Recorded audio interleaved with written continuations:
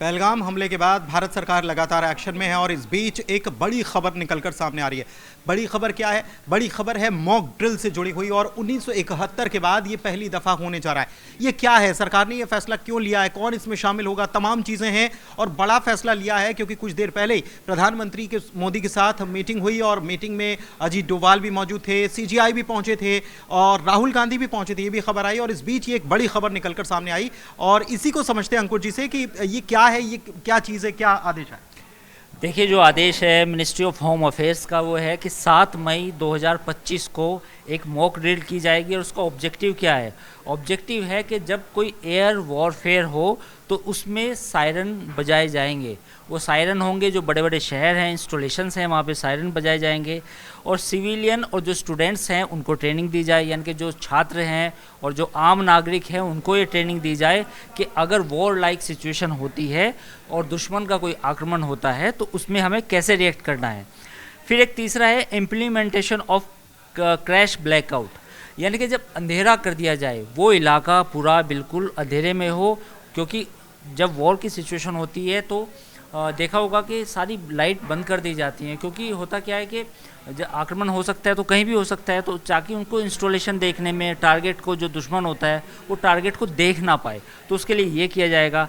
और पांचवा है कि इवैक्यूएशन प्लान, यानी कि जब हमला हो, सायरन बजें, तो आप कैसे अपने आप को भागेंगे, बचाएंगे। तो बंकर्स हो सकते हैं, बंकर बनाए जा सकते हैं या आदेश दिया जा सकता है। अगला इसमें स्टेप्स यही होता है कि आम लोगों को, सिविलियंस को ये बताया जाए कि भाई आप अपने बंकर तैयार कर लीजिए, और जो बड़े बड़े सरकारी इंस्टॉलेशंस होते हैं वहाँ एक बताया जाता है कि उन बड़ी बड़ी बिल्डिंग्स में एक पर्टिकुलर एक एरिया चिन्हित किया जाता है और वहाँ पर बंकर बनाए जाते हैं। तो ये पूरा जो ये गाइडलाइंस आई हैं वो ये है।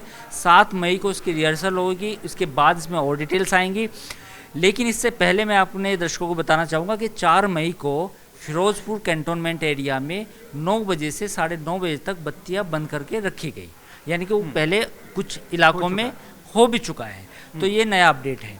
तो कुल मिला के जो सिचुएशन है, ये सिचुएशन क्यों आई? जैसा हम सबको मालूम है कि पहलगाम हमले के बाद ये जो एस्केलेशन हुआ है दोनों कंट्रीज़ के बीच में, जो हॉस्टिलिटी का एनवायरनमेंट है इंडिया और पाकिस्तान के बीच में, तो इंडियन सरकार की तरफ से ये आज गाइडलाइन आई और ख़ास तौर पे सिविलियन के लिए है। यानी कि मिलिट्री को तो पता होता है, ये सारी ट्रेनिंग उनका हिस्सा होती है कि उनको कैसे बचना है, कैसे अपने आप को बचाना है और चकमा देना है और सायरन कैसे बजने हैं। बट ये सिविलियंस के लिए पहली बार है 1971 के बाद, और 1962, 1965 और 1971, ये 3 ऐसी हमारी जंग थी शुरुआत की, जिसमें ये सब हमें बताया गया था। इस समय हो चुका है, यानी कि ये तीनों जो जंगें हुई थी उस समय भी ये इस तरह की गाइडलाइंस आई थी और उस समय जो आम नागरिक हैं उनको ऐसा बताया गया था। एक चीज़ और है, मैं ये आपसे समझना चाह रहा हूँ कि देखिए ये है मॉक ड्रिल और इसके ज़रिए लोगों को एक प्रैक्टिस कराई जाएगी, लोगों को तैयार रहना होगा, लेकिन लोग पैनिक भी कर सकते हैं, लोगों को लग सकता है कि न जाने क्या होने वाला है, तो ऐसा कुछ तो नहीं होने वाला? नहीं, पैनिक की ज़रूरत नहीं है और ये वैसे भी होनी चाहिए। देखिए, जितने भी हमारे फोर्सेस हैं, एनडीआरएफ, एसडीआरएफ, जितने भी स्टेट्स की फोर्सेस हैं, उनको इस तरह की ट्रेनिंग पहले भी दी जाती है। जितने हमारे आर्म फोर्सेस हैं उनको भी इस तरह की ट्रेनिंग, उनका ट्रेनिंग का हिस्सा होती है।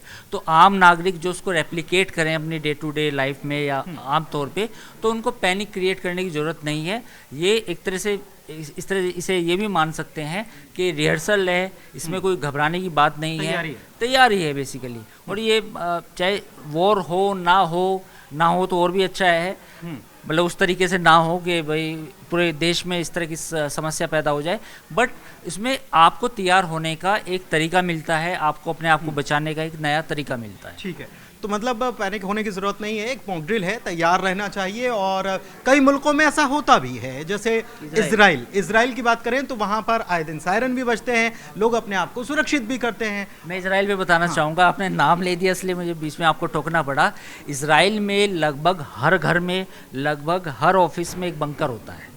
वो एक जगह होती है पर्टिकुलर। आपके घर में भी अगर आप घर बना रहे हैं तो आपको परमिशन लेनी पड़ेगी बंकर की, और वहाँ पर हर लोकेलिटी में एक एरिया होता है, बाकायदा डिफाइंड हो जाता है, उसको बताया जाता है कि ये वो काउंटी है या वो इलाका है, तो उसमें सायरन भी होता है। तो इजराइल तो खैर एक चूँकि सिक्योरिटी स्टेट है, चारों तरफ से हमले होते रहते हैं, तो वहाँ तो इसका आप ऐसा एग्जाम्पल देख सकते हो जो दुनिया में आपको कहीं नहीं मिलेगा। क्योंकि वो तो युद्ध में ही रहता है कंट्री।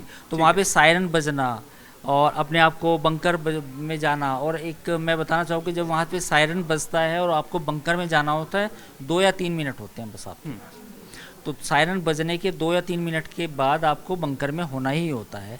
तो ये एक वहाँ का प्रोसेस है। हाँ, तो वहाँ के नागरिकों की जो है वो एक प्रकार से आदत भी है, समझ लीजिए कि वहाँ रहना है तो किन परिस्थितियों के बीच रहना है। हालांकि भारत में ये मॉक ड्रिल जो है वो 7 तारीख को होने वाली है और आम नागरिक और छात्र इसका हिस्सा बनने वाले हैं, लेकिन पैनिक जैसी कोई बात नहीं है। एक मॉक ड्रिल है और सरकार अपने तरीके से काम कर रही है, कार्रवाई कर रही है।